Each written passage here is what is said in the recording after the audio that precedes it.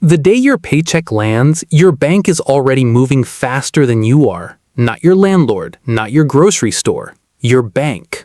Before you've even opened the notification, before you've decided what to do with that money, a sequence has already been triggered inside the financial institution holding your funds, and it has absolutely nothing to do with your benefit. Most people will go their entire lives and never understand what happens inside that system in the first few hours after their income arrives. And that ignorance? That's not an accident. That's a design feature. My name is Steve, and I'm here once again to tell you what you did not know about money. Now, let's get into it. Here is the uncomfortable truth nobody in the personal finance world wants to say out loud. The advice most people get about money, save more, spend less, build an emergency fund, is not wrong. It's just incomplete in a way that keeps you permanently behind. It addresses the symptom and ignores the architecture. It tells you to bail faster without explaining that the boat has a hole drilled into the bottom by people who know exactly where you'll be standing when it sinks. I want to talk today about what you should be doing the moment your paycheck hits, not the surface level version, not the budgeting app version, but the version that requires you to understand how money actually flows, who benefits from your financial inaction, and what specific moves, executed in the right order, create a structural advantage that compounds over years.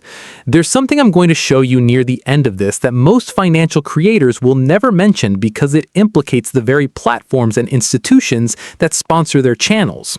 I'm going to tell you exactly how banks use your income as a raw material and how to stop being the raw material. Stay with me. But first, let me destroy a myth that is costing the average person somewhere between $40,000 and $200,000 over the course of their working life. The myth is this, that your paycheck belongs to you from the moment it arrives. It doesn't. Not yet. What arrives in your account is a negotiation, and the moment it lands, every party who has a claim on it starts pulling. The person who pulls last, the person who treats their own wealth building as the lowest priority on the list, is the person who ends up with nothing at month end and no explanation for where it went. Most people pull last. They call it living. The system calls it ideal customer behavior. Here is the first thing you need to understand about what happens to your money before you touch it. Banks operate on a concept called fractional reserve lending. When you deposit your paycheck, the bank is legally permitted to lend out a multiple of that deposit to other customers as mortgages, as business loans, as credit card balances, while paying you somewhere between 0.01% and 0.5% on that same money. Meanwhile, they're charging the people they lend your money to anywhere from 7 to 29%. That spread, the gap between what they pay you and what they charge others, is the single most profitable arbitrage in modern finance, and your passive, do-nothing relationship with your bank account is what funds it. This is not a conspiracy. It's published in every bank's annual report. It's just never explained in a way that makes the average depositor feel the urgency of acting differently. So when I say do this every time you get paid before you spend a single dollar, what I mean is this. You need to intercept your own income before the financial system processes it on its terms and redirect it according to a sequence that builds your position instead of someone else's. Let me give you that sequence. And I want you to understand that the order matters as much as the actions themselves. The first move happens before any bill gets paid, before the rent transfer, before the insurance auto draft, before anything. And that is this. You calculate what I call your true burn rate, and you do it in under 10 minutes using numbers you already have. Your true burn rate is not your monthly expenses. Everyone knows their monthly expenses in the vague sense: rent, utilities, food. Your true burn rate is the actual cost of sustaining your current life at its current friction level, including the financial drag that most people forget to count. We're talking about the interest accumulating on any revolving debt. We're talking about the subscription costs that auto-renew on different dates so they never appear as a single line item. We're talking about the small recurring charges, $4.99 here, $12.99 there, that when added together often total $150 to $300 in value you don't remember choosing to buy. Most people know their rent, Almost nobody knows their true burn rate. That distinction is the difference between managing money and just reacting to it. A guy named Derek, 31 years old, mid-level logistics coordinator making $68,000 a year, came to terms with his true burn rate for the first time and found out he was paying $2,340 a year for subscriptions he hadn't consciously chosen to keep. Not subscriptions he used, not subscriptions he valued, subscriptions that renewed quietly while he slept. Add to that the $1,900 he was paying annually in minimum payment interest on 2 credit cards, and his invisible financial drain was running $4,240 a year, money that moved from his paycheck to other people's balance sheets without a single deliberate decision on his part. That's not bad luck. That's a system operating exactly as designed. The reason you calculate your true burn rate first, before anything else, is because it gives you the real number, not the comfortable number, the real one. And the real number tells you what you're actually working with once you start redirecting capital with intention. Now, the second move. Before you pay a single bill, and yes, I mean before, you pay yourself. Not in the motivational sense, in the mechanical, automatic, non-negotiable sense. A fixed dollar amount decided right now exits your primary checking account and moves to a separate account the moment your paycheck clears. Not after bills, not from whatever's left. First, non-negotiably first. I know what the objection is. You're thinking, if I move money before bills are paid, I might not have enough to cover everything. And that's a valid concern. But here's what that concern actually reveals. It reveals that your current income to expense ratio is too tight to absorb even a small personal allocation, which means you're not actually managing your money. You're just routing it. You're a conduit, not an owner. If the number has to be $25, make it $25. If it has to be $50, make it $50. The amount is secondary. The mechanism is everything. Because what you are building is not a savings balance. You are building a psychological identity. The identity of someone who treats their own financial future as a non-negotiable line item. That identity, reinforced every single pay cycle, rewires how you make every other money decision. The account this money goes into should have 3 characteristics. It should be at a different institution than your primary bank. This is not optional because proximity is the enemy of preservation. It should be a high-yield savings account earning at minimum 4% annually because parking your capital at 0.2% while inflation runs at 3.5% is a guaranteed slow loss. And it should have no debit card attached to it. No card, no app shortcut. Friction is the mechanism. You want the money accessible in a genuine emergency, but invisible in a routine one. This is where I want to stop and ask you something. Right now, before we go deeper, if any of this is hitting a nerve, if you're recognizing your own behavior in what I'm describing, leave a comment below. Tell me where you are. Tell me what's actually happening in your financial life, whether you're living paycheck to paycheck, whether you've got debt that feels unmovable, whether you feel like you're making decent money but have nothing to show for it. I read these, and more importantly, your comment might be the thing that makes someone else feel less alone in a situation the financial industry profits from keeping quiet. Subscribe if you haven't already. What I'm about to get into next is where most financial creators stop, because it starts to implicate the investment products they're paid to promote. Here is the third move, and this is where we shift from capital preservation to capital deployment. Once you've established your true burn rate and you've automated your personal allocation, you have created what I call a decision surplus. This is the money remaining after necessities and after your own allocation, money that has not yet been committed to any purpose. Most people never create a decision surplus because their spending expands automatically to consume every available dollar. Behavioral economists call this consumption smoothing. The financial industry calls it normal. I call it the single most effective wealth prevention mechanism ever designed.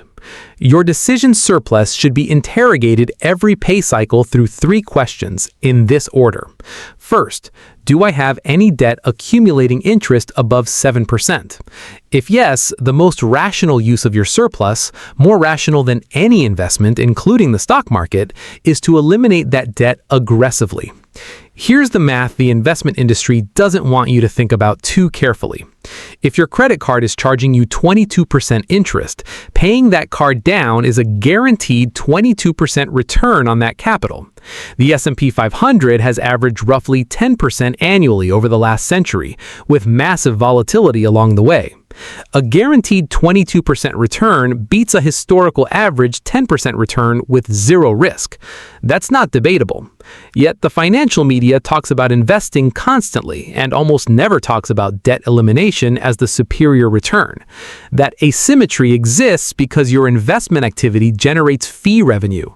Your debt repayment generates nothing for the industry.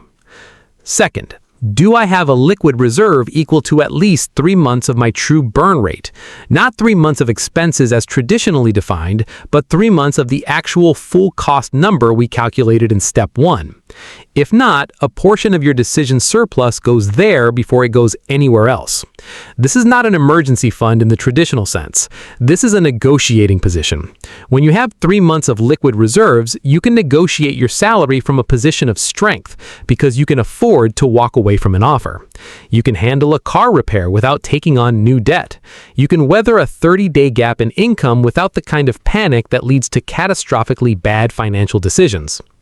Third, and only after the first 2 questions have been satisfied, where does this capital work hardest? This is the investment question. And the honest answer is that for most people with a 10-plus year time horizon and no specialized knowledge, the most rational choice is a low-cost, broadly diversified index product that tracks total market performance. Not because it's exciting, because it requires the least in fees, the least in active decision-making, and has the strongest historical performance record against actively managed alternatives. The average actively managed fund underperforms its benchmark index fee after fees over a 10-year period. That's not fringe data. That's documented in the S&P SPIVA report every year. You're paying fund managers to underperform something you could buy for a fraction of the cost. But here is where the reframe deepens, and where I want you to sit with something uncomfortable. The reason most middle-class earners never closed a wealth gap isn't income. It's not even spending habits in isolation. It's the sequencing problem. They invest what's left, rather than building a system where investing is structural. Wealthy families, and I mean genuinely wealthy, not high income, but asset-owning wealthy, do not decide each month whether to invest. The decision is made architecturally. The money moves before the decision can be unmade by a bad week, an impulse, a convincing advertisement, or simple exhaustion. There's a woman named Carol, a secondary school teacher in her mid-40s, earning the equivalent of $42,000 a year, who has been automating a fixed allocation every pay cycle for 11 years. She has never earned a 6-figure salary. She has never picked a winning stock. She has never received an inheritance. She currently holds more investable assets than 73% of households in her country, not because she out-earned anyone, but because she out-sequenced everyone. The system she built in her 20s runs without her permission. It doesn't care if she's tired. It doesn't care if there's a sale. It doesn't negotiate with her emotions. That is the actual goal. Not wealth as a number, wealth as a system that runs independently of your willpower on any given day. Now let me tell you the piece I promised earlier, the thing about how banks use your deposits. When your paycheck hits your account, the bank begins immediately counting it as part of their lendable reserve base. Under fractional reserve principles, a bank holding $1,000 of your money can create up to $9,000 in new loans. Those loans generate interest income. That interest income is the bank's primary revenue source. You receive $2 in interest on a $10,000 deposit, while the bank generates hundreds of dollars in loan revenue using your capital as the foundation. This is not a flaw in the system. This is the system. The moment you move money out of a low-yield deposit account and into a high-yield alternative, a money market fund, a treasury instrument, or an invested account, the moment you stop being passive, you are reclaiming a portion of the return your capital was always capable of generating. The wealthiest individuals and institutions in the world hold the minimum possible cash in low-yield bank accounts. They keep capital deployed. They do not leave money idle in a checking account, earning nothing while inflation quietly reduces its purchasing power every single day it sits there. Most people think their money is safe in a checking account. It is safe in the sense that the number doesn't change, but a dollar that earns 0.01% while inflation runs at 3.59% loses 3.49% of its real value every year. Leave $10,000 in a checking account for 10 years, and you haven't preserved $10,000. You've preserved the number while the reality quietly shrank to roughly $7,000 in purchasing power. That's not security. That's slow-motion loss with a stable display. The payday routine isn't about saving money. It's about refusing to be a passive participant in a financial architecture that profits from your inaction. Here's how it looks in practice, assembled into a single sequence you can execute on the same day every pay cycle in under 25 minutes. The moment your income arrives, or the morning of, you open your true burn rate tracker and you confirm the number. It doesn't change much month to month, but you look at it. You make it real. You do not start your financial month on autopilot. Then, before anything else posts or clears, your automated personal allocation moves. This is already set up. It moves without your involvement. The system runs. You look at your debt positions, and you make a minimum extra payment on the highest interest debt using whatever portion of your decision surplus is allocated there. Not minimum payments, minimum plus. Even $30 above the minimum on a high-interest card changes the compounding math in your favor over a 12-month period more than most people realize. You confirm your liquid reserve status. If it's below your 3-month target, your investment allocation waits and that capital goes to the reserve. If it's at or above target, your investment allocation deploys automatically, again without requiring a decision. Then you close the app. You do not check it daily. You do not obsess. You have made the decisions, built the architecture, and now you let time do the work that you cannot do through hustle or discipline alone. This is what separates the financial outcomes that look like luck from the outcomes that were actually constructed. Nobody stumbles into a fully funded retirement account and a liquid emergency reserve and zero high-interest debt. Those outcomes are built through unglamorous, repetitive, non-negotiable execution of a sequence, executed at the moment when money is most vulnerable to being consumed by the chaos of daily life, which is the exact moment it arrives. The payday routine isn't a hack. It's not a shortcut. It is the single most structurally important financial habit that exists, because it is the one that intercepts capital before the system that benefits from your passivity can redirect it.